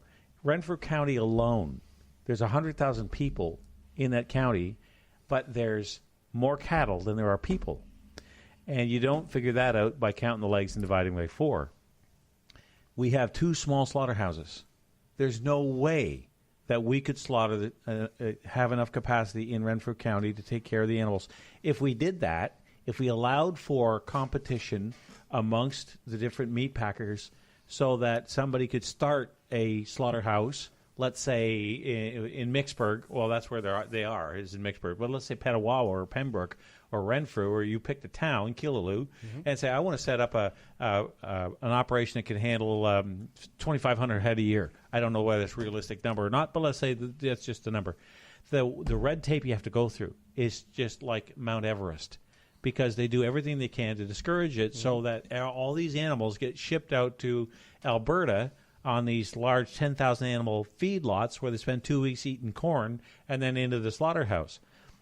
Think of the cost savings by having, you don't have to pay for the transportation. You can raise the animal right Do on. they ship our steaks back here to Loblaws afterwards from Alberta? Yep, they ship the carcass back and then they're cut up here. As far as I know, I could be wrong on that, but as far as I know, because a lot of drivers drive what they call swinging beef, where they actually have the carcass hanging from the ceiling, the whole animal, minus the skin and the innards, of course. And it's one of the most dangerous kinds of truck driving there is. It's an interesting analogy. We're talking politics, and now we're talking about carcasses on hooks. yeah, it is. And on top of that, we have I'm just looking in the chat room here, and we have a message here from Internet Somalia. And I just wanted to tell Internet Somalia that we have no idea what you're saying. Can you not use Google Translator? No, it's English, but it just doesn't make any sense. So. Yeah. But thanks for the message anyway, guys. And if you want, if you, it just goes to show you that our reach is now international. We are an international. We are a global show. The international voice of conservatism. That's it. Wow. There you go. Anyway, so the point I'm making is that so competition. Look at cars. Take car. How many car dealerships are there in Ottawa? Can't count them. There's if there's not 50, there's none. I mean, there's lots of. We have more choices about where to go to buy a car than we do who's going to kill our meat for supper. Well, it's the same thing. Shoes. Yeah, shoes. Pick any That's why product. there's no shoe regulation. And Walter, you were saying cell phones and cell phone plans. But just talk about cell phones for a second. Forget about the plans, the usage, and that. I mean, there's no special cartel that's protecting cell phones. I mean, people pay what they pay for them, and they pay an awful lot these days for cell phones. You don't have to have these quasi-regulatory bodies propping prices up. There's just no reason for it. Well, this is again, it goes back to the old idea, and this is why I like guys like Milton Friedman, Thomas Sowell, and some of the older. What's Hazlitt? I keep forgetting. Henry Hazlitt.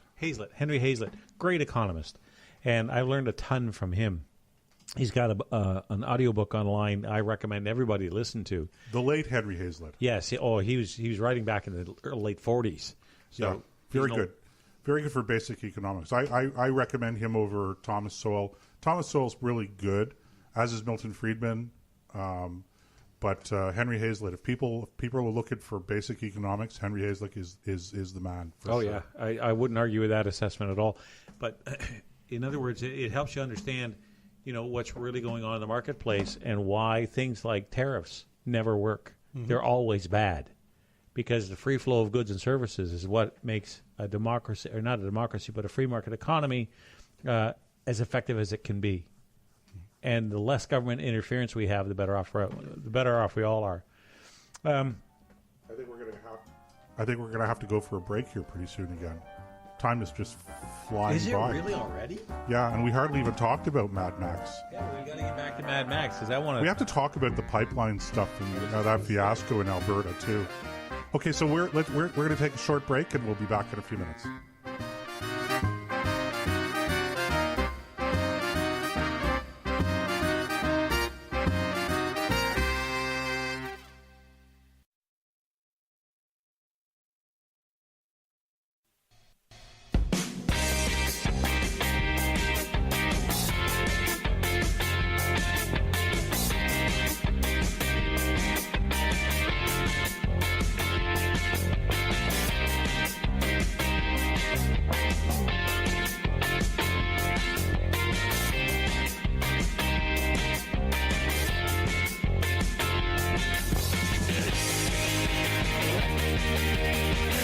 Hey, welcome back into the Combat Zone. I'm Joe, he's Nick, and sitting in between us on my right and Nick's left is Walter Pamic. Lucky me. And we're in the home stretch here, final 30 minutes of the show tonight, and you can call in if you want to join the conversation live, toll free, anywhere in North America, 844-415-2115. See, I don't even have to write it down. It just trickles. It just trickles off of my tongue. The intro. 844. He's got a good memory too. Yeah, well, I haven't memorized the intro. Well, that's your trademark, Nick. Mine is the intro. Yours is the phone number. I thought about trying to mimic you, and then I thought, why would I want to steal your thunder? You can also chat, by the way, or join us in the chat room. Just click on the chat bubble in the player if you're listening online. And if you have to register, just register. It's not a problem. It's totally free. It's just a matter of keeping track of who's registered. Okay, I'm ruining this segment already. That's enough apple cider for you. That's enough apple cider for me, right? And I think we should be going to a buck of beer here. I could go for a little Molson Canadian.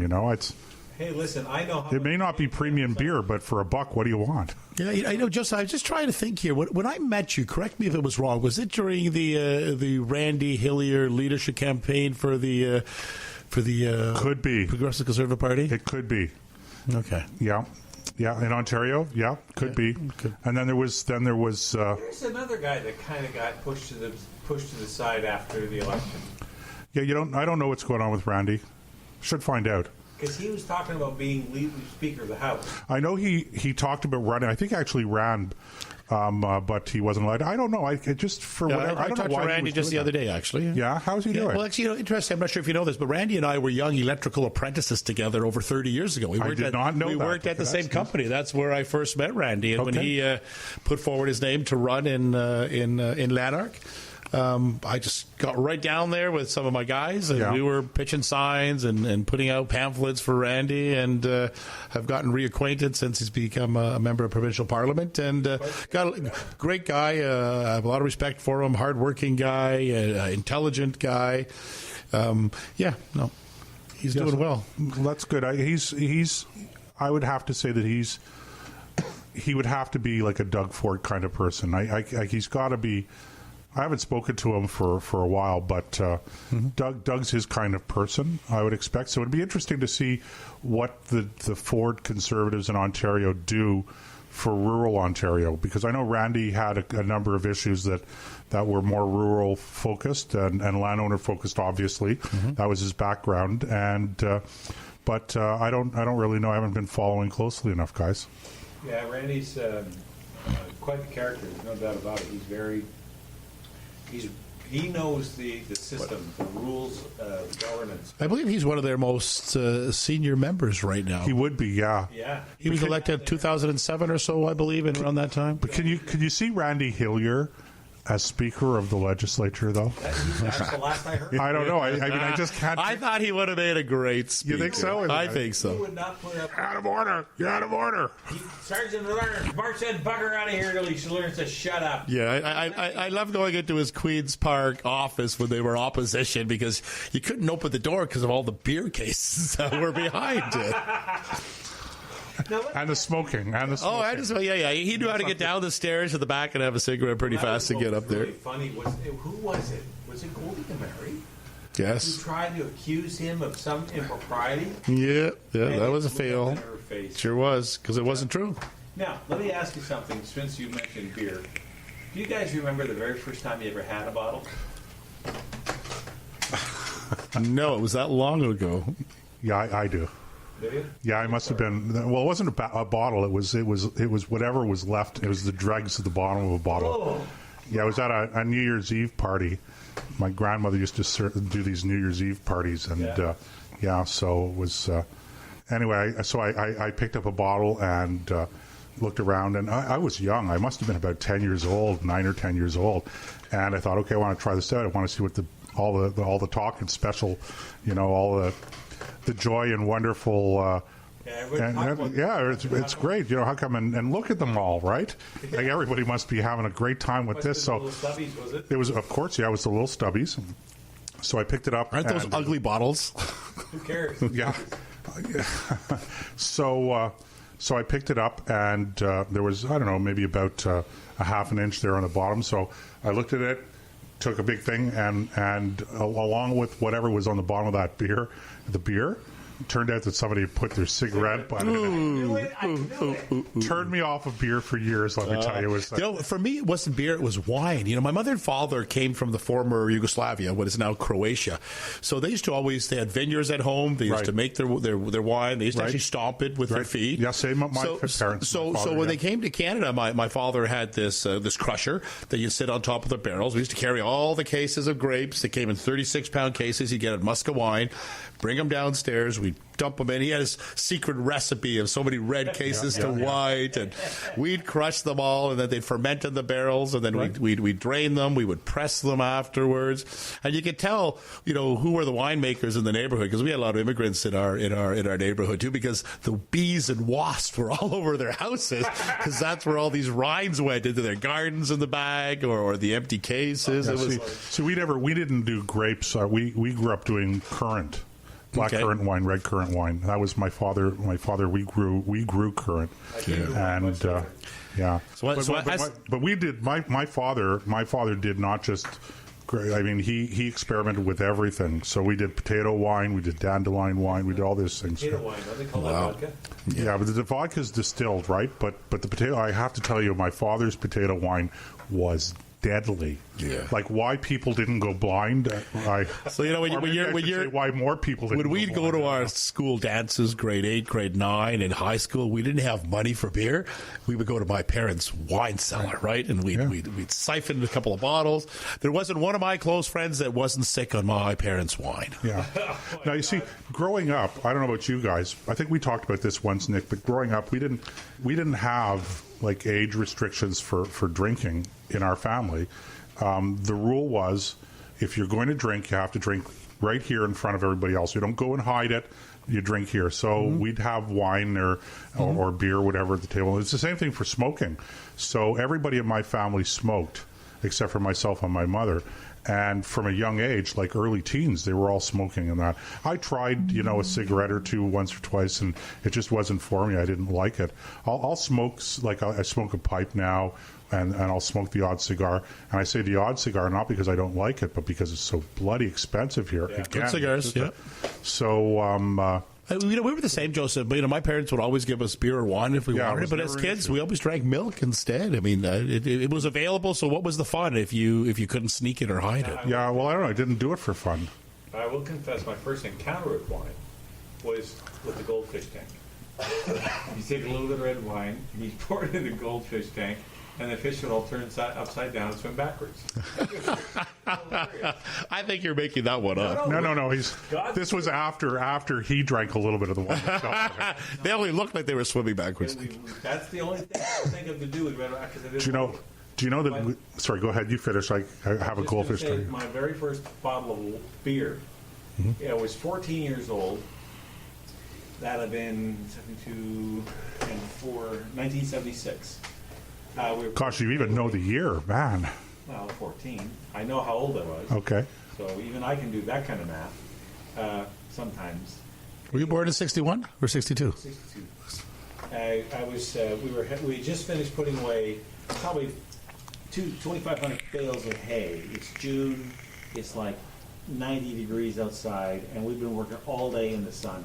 These bales were 70 pounds, mostly alfalfa, and they weighed like 70 pounds. Weighed more than I did. Okay, and we worked in the top of the barn. My dad would put them on the conveyor belt, and the guy that our friend Bill, who we were doing it for, him and his son and Dad and me were the four of us putting his hay away. And at the end of the day, we were exhausted, sweat like crazy. Isn't that great work, though? Oh, it's some of the hardest work I've ever done. And my father came out of the house. We were sitting on the step up front at the house, at Bill's house, and the barn was, I don't know, 100 yards away. And he handed me a Labatt's Blue, and he popped the top off with his thumb. Wow. That's a tough man. Yeah, if you know my dad, that wasn't surprising. And he handed it to me, and he said, "Here, you earned it." I tilted that back, and I did not quit until I hit the bottom. It was the best tasting fluid I've ever ingested in my life. Wow. You can just feel all that dust and all that stuff being washed out of your throat. And I'm not a big beer drinker. I never have been. I enjoy a beer now and then, but I actually don't really drink very much at all. I Just apple cider. You know, speaking of hard work, my father, I mentioned earlier, had a forming company. My brother's job and mine was that once the footings were all laid, we'd put the weeping tile in around the outside of the foundation, and we'd have 4 or 5, depending on the size of the home, 4 or 5 20-ton trucks come up with crushed gravel and dump it in. And we would, with the wheelbarrow, my brother and I, fill up the wheelbarrow and just spend all day spreading that crushed gravel. It was the worst job in the world, but in retrospect, it was one of the best. Yeah, it's funny you say that because we never hired contractors to build on our property for anything. So everything that was built, additions, buildings, and everything we did. Where was that? Here in Ottawa? It was actually in Richmond, just outside Richmond. And my father, I don't know whether he did this on purpose or not, but when he get a load of topsoil or he'd get a load of gravel for whatever the project was, he always had it dumped in the front of the property, and we had to wheelbarrow everything around the back. Did you grow up in Richmond then? Yeah. Yeah. Did you know the Van Galder family from Richmond at all? There's only like 14 kids in the family. Yeah, no. Typical Dutch family. Van Galder? No. How long ago was that? What year? As far as I know, they're still there. Yeah. Yeah. Yeah, I haven't been there for. They're bricklayers. They're masons. Yeah, I don't know them. No, I don't recognize the name. Okay. No, it's when you do work like that, you absolutely hate it. Yeah. Because it's hard work. Well, it wasn't the hard work. It was the. Why couldn't you just open up the gate, have the truck go around the back and dump it, I don't know, about 100 yards closer to the site? Yeah. I never understood that. I got to laugh because I mentioned the Van Galder. This is my ex-brother-in-law. The oldest, his name was Cornelius Bartholomew Van Galder. Okay. The next oldest was another son. His name was Bartholomew Cornelius Van Galder. Yes. And they had 2 boys, 2 girls, 2 boys, 2 girls. They interchanged the names all the way down until the last kid, who was like the 13th, got his own name. He was Peter, I think. Oh my God! Isn't that interesting? I don't understand people. Why, if you've got a child, why would you give them some kind of completely oddball name?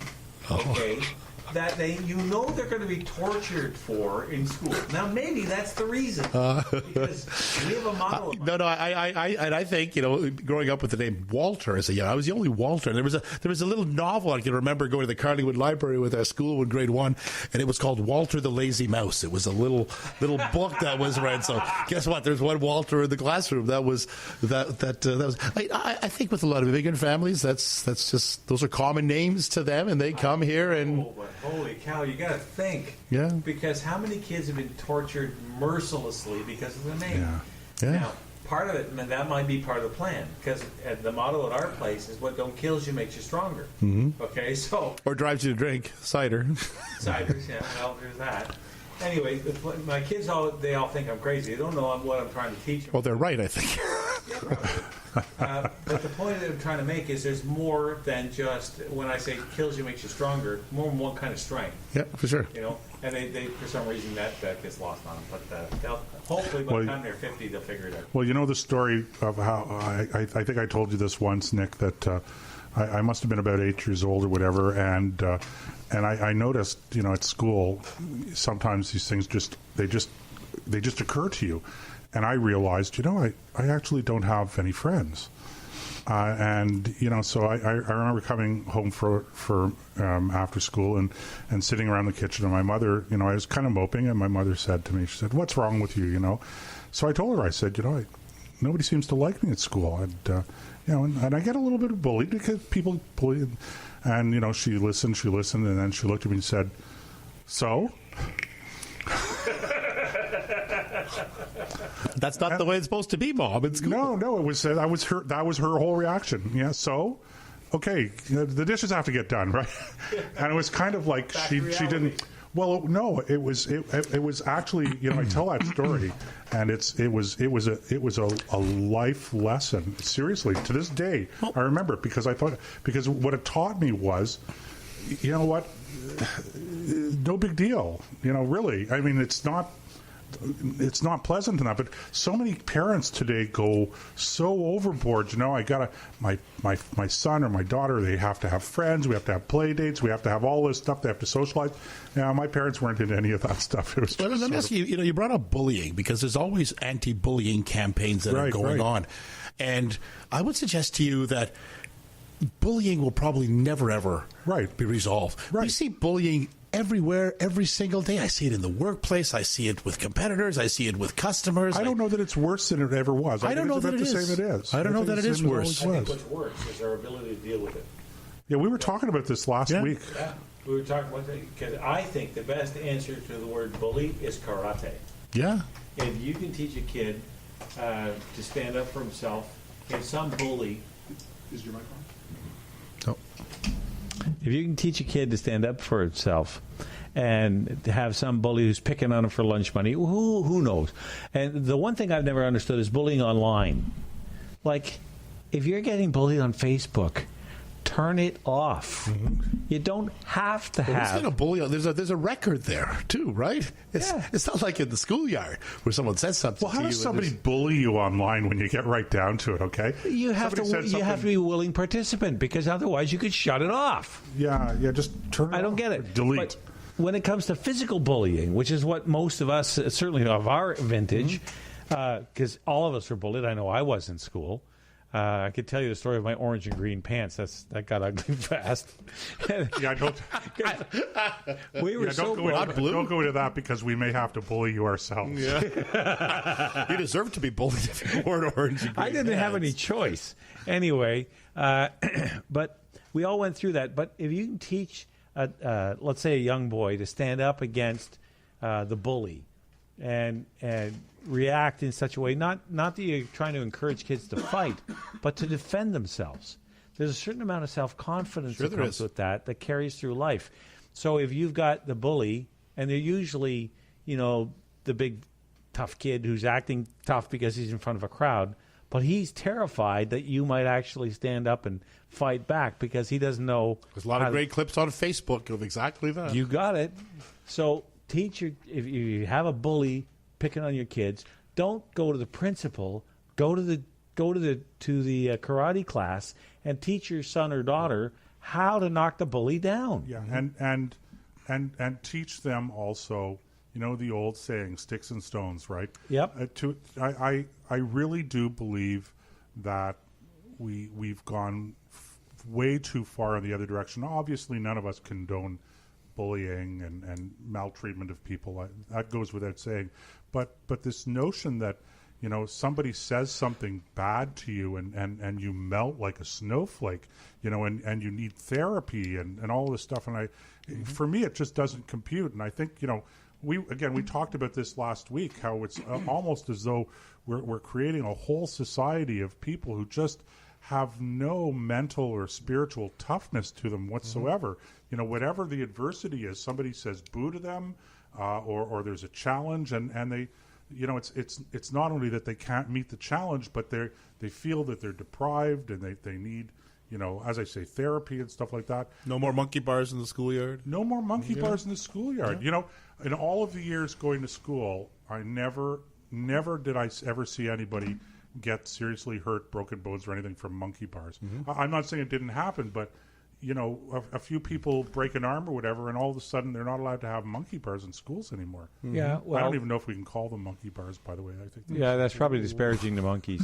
Play structure. You know what they call them now? Whatever but a play structure can be. We all know what monkey. Well, you can't have a play. You can't have. There are places now where you can't have a wooden play structure because the wood becomes worn out and you can get splinters. God forbid. We just had last week, the week before, we had what's called a medieval mixed martial arts event out at the farm.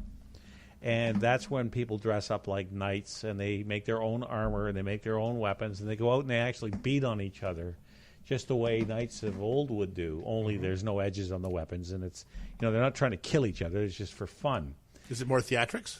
Yeah, no. These Or are they guys actually very trying serious. to beat each other up? Oh yeah, it's very serious. Like when my 16-year-old son, he's 18 now. When he started doing it the first time, he made his own armor out of a blue plastic barrel, those 35-gallon barrels. And he cut the armor up into pieces, sewed it all together, went out and took a beating. He came back with bruises where he didn't know he could get bruises because they were hitting him where there was no armor. So he had to learn. Which, of course, they're going to do, right? Of course, makes perfect sense. So, but it taught him a lot about you gotta how to defend yourself. But at the weekend, there was a handful of little kids, anywhere from toddlers up to 8, 10, 12 years old, and some of them were running around with wooden swords, and they were sparring, and they were whacking at each other. And I thought, what's really cool? Some of them were climbing trees, some of them were on the trampoline, because I happen to have one for my grandkids in the backyard. And nobody was going, oh no, put that down. Somebody might lose an eye. And no one had their PlayStations with them? Not a PlayStation. You don't have reception out there, I'm sure, right? Well, we do, but that was in the house, and there was nobody going in the house. It was too much fun outside. Of course. So they were allowed to be kids. Now, there was some supervision, of course. We don't want them to literally chop each other's heads off, but they were allowed to play. They were allowed to do the things. One of the great joys of living in the country is you can open the door, say, go play in traffic, and no, they can't do that. All they can do is run around the farm because there is no traffic, right? So you can let them be children. And that's one of the things I think that we've lost is this understanding that life is risky. And sometimes you're going to get hurt. It doesn't matter what happens to you. What matters is how you deal with it. And True. that's the Well lesson put. we don't teach our kids anymore. Yeah. I don't disagree with that at all. I think we've lost that art. We've Yeah, lost that art of playing and having fun. For a second there, we were all looking at one another, wondering who was going to pick up that thread there for a second. Well, that's why I quit talking, because I don't want to hog the whole Can I show. build right? armor and go and fight people next year when you have Actually- this event? What do you think? Oh, yeah. They Sure have have it. absolutely. Yeah? As a matter of fact, they have 2 events coming up in here in town. This is called the SCA, the Society for Creative Acronyms, is the name of the organization. They have in October here in Ottawa. I don't want to belong to any club that'll have me as a member, though, Nick. Trust me, you'd fit right in. Anyway, they have a combat where a whole bunch of different combat arms. It'll be a combat arms where people come and actually fight. And the one in November is the Feast of the Hare, which is. Have you ever seen the original movie Robin Hood I've seen with Errol Flynn? probably not the original. No. Oh God, you got to watch it. It's a great movie.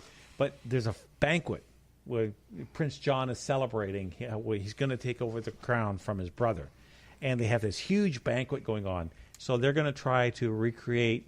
That's what the Feast of the Hare is. It's something like that, where they'll have as close to medieval food and clothing and costumes as they can get within realism. The rule of thumb is about 10 feet. If it looks medieval from 10 feet away, it's good enough. Okay. So it's not It's not hugely expensive. You can make it expensive if you want to. Some people spend. No real swords, though, right? There are real swords, but they'll have them blunted. Okay. My son's got 2 or 3 of them, and we fence with them. It's lots of fun. It's a blast, actually. It's a great hobby. No broadswords. Yep, but they broadswords. Can't fence with Do you broadswords. joust off your horses, too? You know want what? to, I can tell. I want to. We want to do. One of the reasons we got into this was to do mounted archery, and my daughter is a good enough horse trainer. She could train the horses to do the jousting, but the jousting takes so much skill because it's so easy to get hurt. Right, And and the OSPCA would raid the farm. good too. luck with that. I'd love to see somebody with enough guts to walk down through my front gate when I'm up on dock in 200 pounds of armor and a 14-foot stick with a point on the end. I think we should invent a new sport. It should be tractor jousting. I was thinking about ATVs. That'd be fun. ATV jousting. Yes, Okay. yes. You know how I'm the in. Marines do it? They have the great big padded wands. They try to knock Yeah. each other. Yeah. Do something like that. See if you can knock the other guy off his ATV. Liberals versus conservatives? Now that's a conservative sport. What do you think? Yep. We could do that, or we could do paintball. Paintball, Off I the back love. of an ATV. That'd be a blast. God, I've never done paintball. Paintball, you know, when my son was old enough and he wanted to do paintball, we went out and bought all new paintball gear for both of us. I was able to relive my youth. We used to go to this place on Saint Laurent Boulevard. We used to go to these outdoor tournaments all across rural Ottawa. It was a lot of fun. And Pretending it you're in the stings like crazy when military. you Oh, get it hurt. hurts so darn right. It Do you know hurts. the military uses a version of that for training? No. Yeah.